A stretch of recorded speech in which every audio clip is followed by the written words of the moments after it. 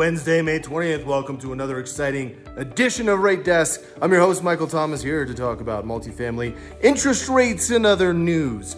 Jumping into the markets, they are up today in the green. The Dow Jones Industrial Average joins the Nasdaq and the S&P 500 in the green zone. That's nice to see. Another good thing to see.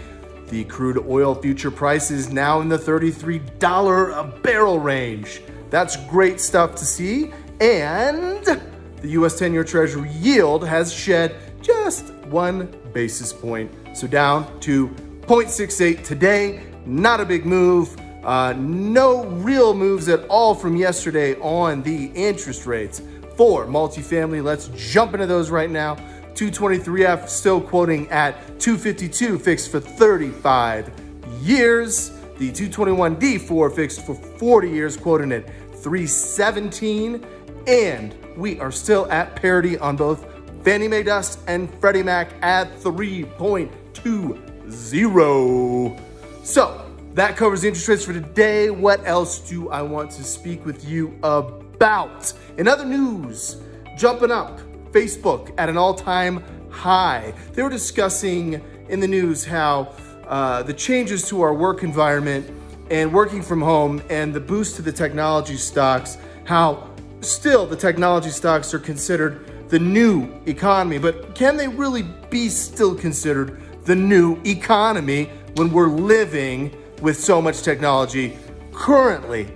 I will say, however, I do personally miss the retail shopping environment. Now, some of the younger viewers might not feel that way, but if you've ever been into a retail store or you've ever gotten the new car smell out of a dealership, these are the things that cannot be replaced online. It'll be very interesting to see how we move forward in that sphere. Jumping into other news on bank regulations, the CRA, the Community Reinvestment Act, has some new rules from one of the primary bank regulators. That is the OCC, the Office of the Comptroller of the Currency. OCC has passed some new rules regarding how this CRA area is decided for banks.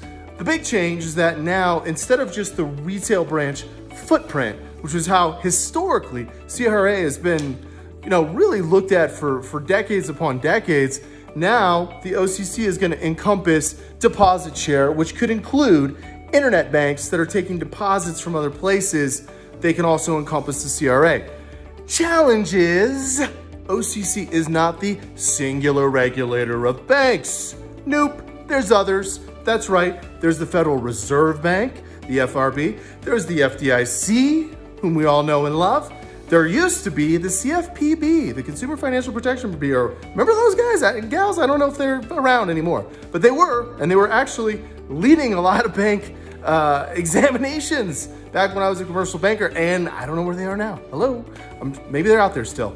But there's at least 3 primary bank regulators. That means banks are gonna have to comply, depending on who they're examined by, with maybe different requirements. This is not great. Here's what I suggest. Have a consultant or maybe a full-time employee that oversees the entire social impact plan of your business. Multifamily developers and owners, you could have this person as well. Banks should have this person. They have had people that sit in the CRA department and count points and scores and figure out how to pass an examination, for example. I'm talking about think bigger than that. Get somebody that takes into account multiple different arenas of social impact.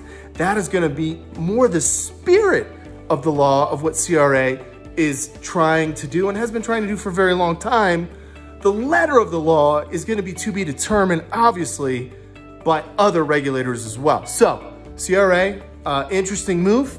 We'll see how that impacts specifically our affordable housing developers in the way of low-income housing tax credits and even new market tax credits. Both of those tax credit investments driven by banks looking to meet those CRA requirements. So we will have more on that in a future episode. I will end on that note today. This has been another edition of Rate Desk. I am your host, Michael Thomas, signing off.